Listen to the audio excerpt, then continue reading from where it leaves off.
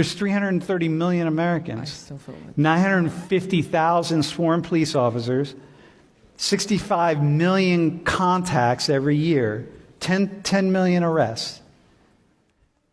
8,166 people are killed by the police.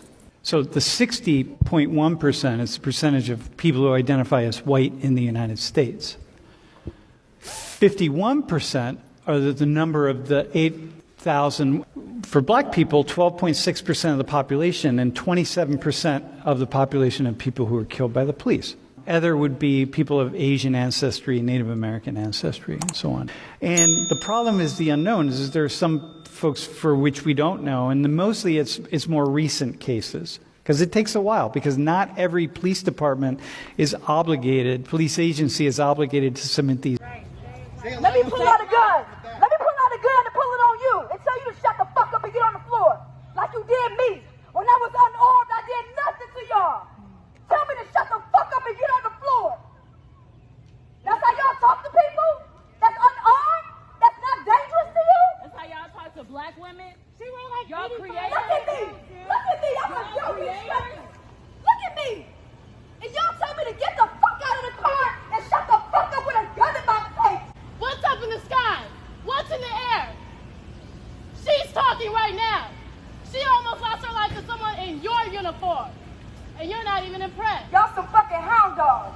In a world where the threads of history are intricately woven into the fabric of our present, understanding the landscape of modern policing requires us to unravel complex and often uncomfortable truths. This is a story that transcends time and place, shedding light on the deep-rooted structures of systemic racism, the shadow of white supremacy, and the enduring impact of patriarchy. Our journey begins with a stark realization.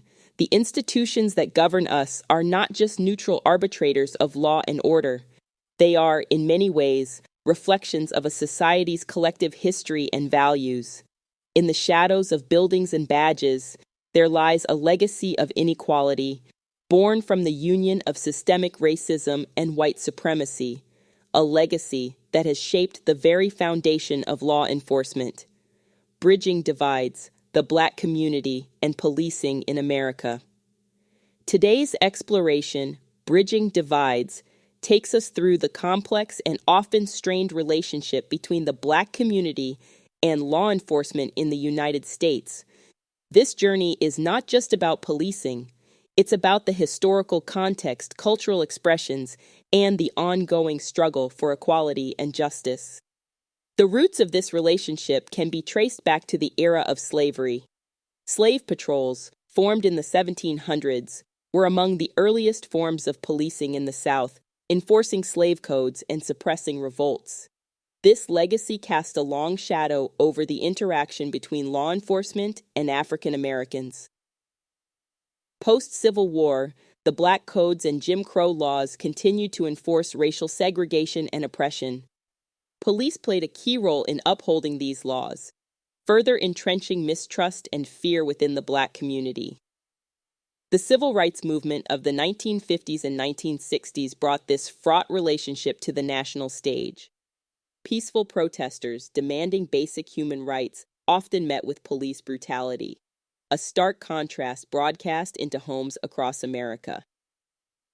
In 1988, the rap group NWA released "Fuck the Police," a provocative and controversial song that voiced the anger and frustration felt by many in the black community towards law enforcement.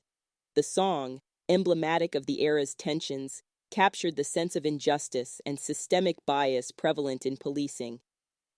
The legacy of this history is still evident today.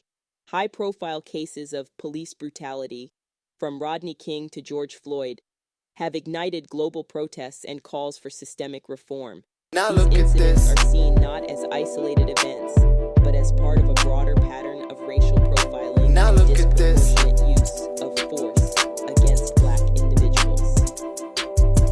As we strive to bridge divides, it's crucial to acknowledge this historical context and work towards meaningful changes in policing practices and societal attitudes.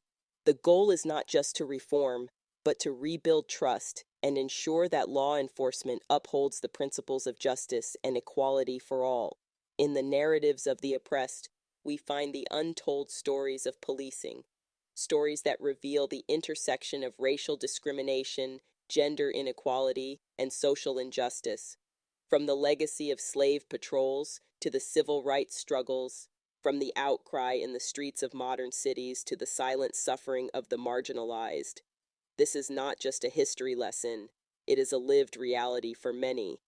As we embark on this exploration, let us bear in mind that the path to understanding is paved with open minds and empathetic hearts. This is more than a discourse on policing. It is a call to acknowledge, to learn, and to act. Welcome to our exploration into the complex world of policing, a journey through the past, an examination of the present, and a hopeful gaze into the future.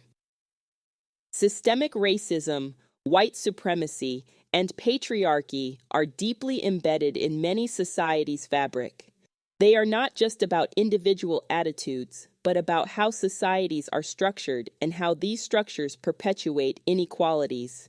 Addressing these issues requires systemic change, including policy reform, societal shift in attitudes, and ongoing education and awareness raising. Understanding these concepts and their interrelation is crucial for anyone engaged in social justice and equality work. Thank you for joining us on this deep dive into a pivotal aspect of American history and society. As we continue to navigate these challenges, let's remember the power of understanding, dialogue, and collective action in killed a record shaping number a of people more in 2022. equitable future. In fact, they killed more people last year than they have in nearly a decade. Mapping Police Violence, a nonprofit project that has tallied the total number of police killings annually since 2013, found that 1,176 people died during encounters with police in 2022. It's the highest number the project has ever recorded. Now let's put this into perspective. According to the creator of the project, the police killed the equivalent of 3.2 people per day last year. A third of those who were killed encountered the cops during a traffic stop, a routine mental health or welfare check, or after committing a nonviolent crime. Coincidentally, changing how cops handle these kinds of stops are how elected leaders in states like California, Minnesota, and Pennsylvania have tried to reduce unnecessary and at times fatal police violence. Minneapolis and Philadelphia, for example, have enforced policies deprioritizing non-public safety traffic stops. And over in Aurora, Colorado, specialized teams trained to de-escalate mental health crises have been implemented to respond to certain emergency calls. But back to 2022. End of the year figures also found that a third of those who were killed were fleeing from police at the time. In fact, Black, Hispanic, Native American, and Pacific Islanders were 5 to 8% more likely to be killed while driving or running away from police compared to white people. And despite making up only 13% of the population, Black people, unsurprisingly, made up 24% of those killed